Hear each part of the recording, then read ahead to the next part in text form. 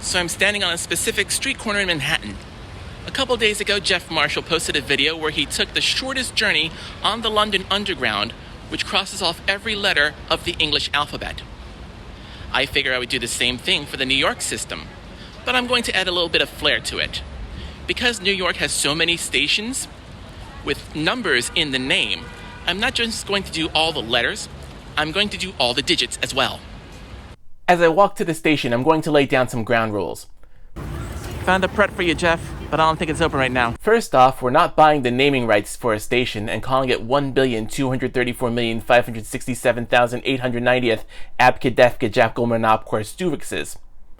Not only would that reduce the number of stations we'd need to visit to 1, it would also give the transit system its only station whose name contains a lowercase letter j. Not that there's anything wrong with the lowercase j, I just wanted to point out that factoid. Next, unlike London system where some stations are named for streets, but others are named for neighborhoods, landmarks, or even local pubs, a vast majority of New York stations are named for streets or other roads. So the primary rule is not to count those street name suffixes toward crossing off letters. Other than that, if it's on the sign, it counts. The station I'm entering, Lexington Avenue 53rd Street, is one of 7 stations whose official name contains the letter X. Besides the 3 located at Lexington Avenue, they are, in order of increasing obviousness, 104th Street, Oxford Avenue in Ozone Park, Queens, Essex Street on Manhattan's Lower East Side, Bronx Park East, whose location should be obvious, and Avenue X, located by the northeast corner of Coney Island Yard in Brooklyn. There is one other X station in the system, and we have to include it due to our if it's on the sign rule. Harlem 148th Street still has signs that read 148th Street Lenox Terminal, despite the fact its sole entrance is located at not Lenox Avenue and not 148th Street. But that's a story for another video. Let's start our journey.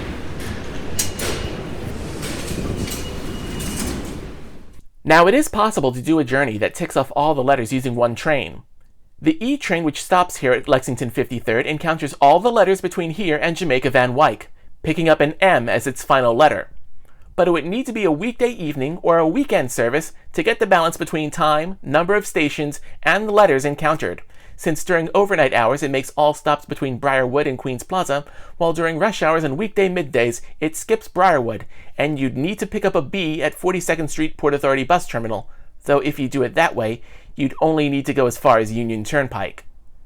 But since we're doing digits as well, we need to change our strategy, because even if we did the full E route from 42nd Street and stopped at every station along the way, we'd still be left without an 8 or a 9.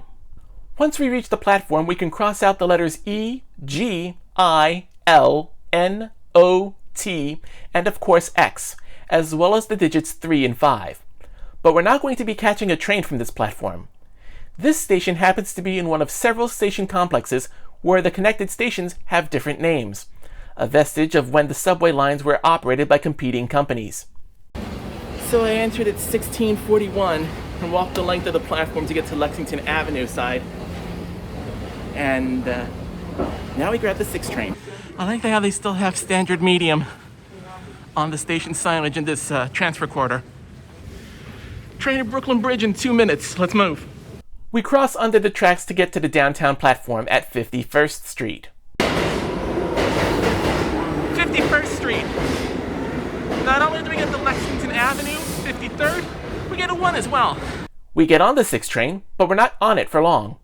We take it one stop to Grand Central 42nd Street and descend to the deepest platform, crossing off A, C, D, R, 2, and 4 in the process. Once at the platform, the train we need is already pulling in. We'll grab J, K, S, and V at the next stop. Vernon Boulevard, Jackson Avenue is the next stop, and this gives me a good opportunity to change cars and show off one of the station mosaics, which harken back to a time when both Vernon and Jackson were called avenues. This is a Flushing Main Street bound 7 local train. The next stop is Hunters Point Avenue. Hunters Point Avenue is next, and even though the station mosaics call it Hunters PT Avenue, we've already collected the letters needed to fully spell out the word point, picking up H, P, and U in the process. A view of the Manhattan skyline at twilight greets us as we approach the next station, Court Square, where we pick up a queue. The next stop is Queensboro Plaza, where we encounter the second queue of our journey, and also pick up the letters B and Z. So we just upped at Queensboro Plaza, picking up the letters B and Z, and now get to an interesting part of the line where the station names are double. I had to cut myself off there because of the automated announcement, but what I was trying to say is that all but one of the stops with numbered streets beyond Queensboro Plaza have two names, another vestige from nearly a century ago. At that time, the borough of Queens was more of an amalgamation of smaller towns and villages, each with their own street and building number systems, and changing the names to numbers sought to unify the borough into a more cohesive unit. Subway stations in Ozone Park and on the Flushing line still carry the older name in addition to the newer numbered street, as well as a couple on the Rockaway Peninsula. A few stations on the Astoria line also had them, but lost them in recent station renovations. 33rd Street, Rawson Street is the first such station we encounter, and we pick up a W. From here on out, the stations pass in rapid succession with barely enough time for me to cross out the characters we need to pick up, put my pen away, and begin filming the next station. At 40th Street, we get a Y and a 0, and at 46th, we get a 6. We take a breather at this point because we don't pick up anything at the next two stops. So we just left 52nd Street, and all we have left are F, M, and 789. The next stop where we do pick up something is 69th Street. Besides getting 9 and F, I have no further comments here. Stand clear of the closing doors, please. The next stop is 74th Street, where we cross 7 off the list. Then cross 8 off a stop later. This is a Flushing Main Street bound 7 local train. The next stop is 82nd Street, Jackson Heights. For a station that has a big 82 in the middle of the station, its name has to contain an 8. All that's left is the letter M, which we conveniently pick up at the next stop. And here at 90th Street we have an M, which means we can cross off the M on our list.